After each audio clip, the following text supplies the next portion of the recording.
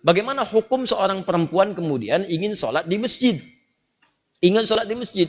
Betul yang tadi ibu sampaikan, yang dituliskan bahwa perempuan itu afdolnya sholatnya di rumah. Tapi harus dilihat kapan hadis itu muncul. Karena ada hadis juga yang menyarankan bahkan memotivasi perempuan sholat ke masjid.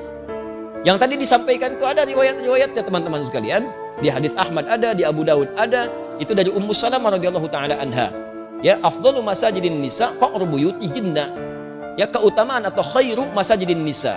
Masjidnya perempuan itu yang terbaik itu qa'ru buyutihinna, di tengah-tengah rumahnya, di dalam ruangan rumahnya. Bahkan di hadis lain, di kamar itu lebih bagus. Ya, kemudian daripada di ruang tengah. Ruang tengah lebih bagus daripada di depan rumah. Artinya semakin ke dalam, semakin di rumah, itulah masjid terbaik bagi perempuan. Kapan hadis itu muncul? Ketika perempuan itu belum aman untuk ke masjid.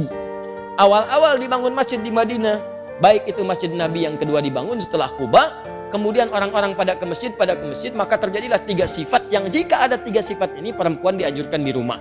Dan nilainya sama dengan laki-laki ke masjid. Apa 3 sifat ini? Pertama, ada kewajiban yang berlaku bagi perempuan di dalam rumahnya.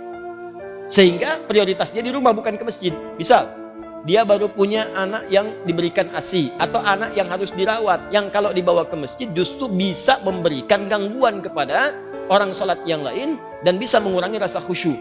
Rewelnya, belum disiapkannya, belum dikondisikan. Orang-orang dulu ngajak anak ke masjid itu sebelum berlangsung sholat sudah diperkenalkan dengan masjid.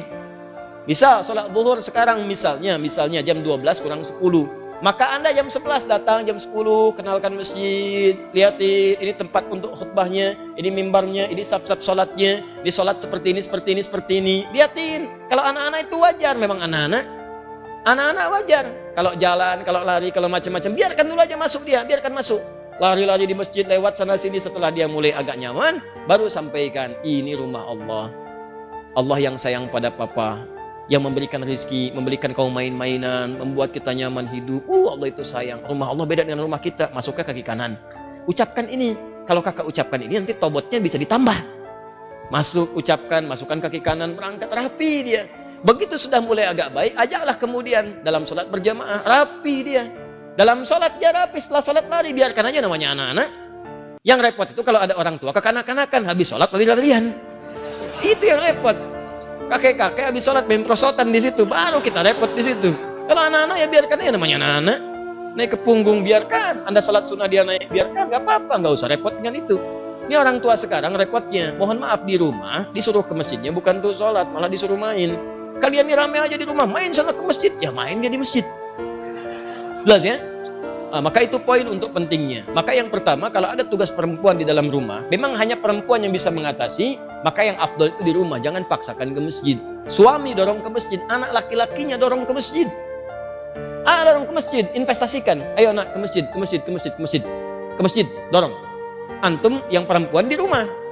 Itu afdolnya. Yang kedua, jika kemudian di jalan itu belum aman dari fitnah. Ini terjadi di zaman Nabi awal-awal dibangun Masjid Nabawi itu. Bahkan jangankan ke masjid, malam-malam itu suka buang hajat, tidak ada toilet. Yang ada itu kebun-kebun, di kebun-kebun kurma macam-macam. Perempuan-perempuan juga demikian. Begitu keluar sering diganggu oleh preman-preman Madinah. Awal-awal di Madinah itu ada preman. Ada, kemudian tobat. Tapi kalau ada preman sekarang telat. Kalau nggak tobat keterlaluan. Orang jahiliyah, tobat, preman, tobat, telat. Kalau sekarang ada preman, tidak tobat. Ya Alhamdulillah. Kemarin saya lihat ada banyak yang baik-baik. Saya waktu mengisi untuk persiapan Ramadan itu Masya Allah ada teman-teman dari PANG. Sahabat-sahabat PANG. Masya Allah tampilan badannya macam-macamnya. Tapi Masya Allah tobat mereka. Begitu bertobat, hal pertama yang mereka lakukan adalah mengganti namanya. Dari PANG menjadi pengajian. Ya, PANG jadi pengajian. Tobat. Nah itu diganggu perempuan-perempuan itu, sering diusilin. Sampai bahkan turun ayat tentang jilbab. Ya ayuhan nabiyyu qul li azwajika wa banatika wa nisa'il mu'minin yudnina min jalabibihinna. Nabi katakan pada istrimu, anak-anak perempuanmu dan perempuan-perempuan yang beriman, sampaikan pada mereka, rendahkan jilbab-jilbab mereka. Ya, asa an yu'rafna fala yu'dzain, sehingga mereka bisa dikenali dan tidak diganggu lagi. Turun ayat ini, turun tentang ayat merendahkan jilbab. Setelah itu masyarakat menyebar. Yang ketiga, memang tidak ada tempat khusus untuk perempuan. Adanya laki-laki saja. Jadi kalau masuk ke sana dia khawatirkan ikhtilaf. Itu yang berbahaya. Maka setelah itulah kemudian dalam 3 kondisi ini perempuan diminta oleh Nabi di rumah, lebih baik di rumah, jangan ke masjid. Setelah kemudian tenang, preman-preman mulai tobat, keadaan mulai tenang, dan masjid mulai luas. Maka muncullah hadis-hadis di Al-Bukhari, di Muslim, bagaimana Sayyidah Aisyah mengatakan kalau kami subuh-subuh itu banyak perempuan-perempuan datang ke masjid, kemudian dengan selimut-selimut mereka tutupi sehingga nggak kelihatan karena gelap. Zaman Nabi kan nggak ada lampu seperti ini, ya, nggak ada lampu kelihatan. Jadi begitu sudah mulai remang-remang mereka meninggalkan, sudah cepat lari. Salam balik ke rumah, salam balik ke rumah. Itu tandanya sudah ada saf yang rapi, aman di jalannya, kemudian di rumahnya pun tidak ada tugas yang menuntut perempuan ada di rumah. Maka kalau kondisinya aman seperti itu, terbebas dari 3 hal yang demikian, maka hukum ke masjid itu utamanya sama dengan laki-laki diutamakan. Apalagi kalau suami yang ngajak, bagus itu. Mama ayo ke masjid, safnya ada. Seperti di sini di Alexandra, saf perempuan ada, laki-laki ada. Ke masjid jalan, subuh berangkat sama-sama. Kalau bisa sekeluarga.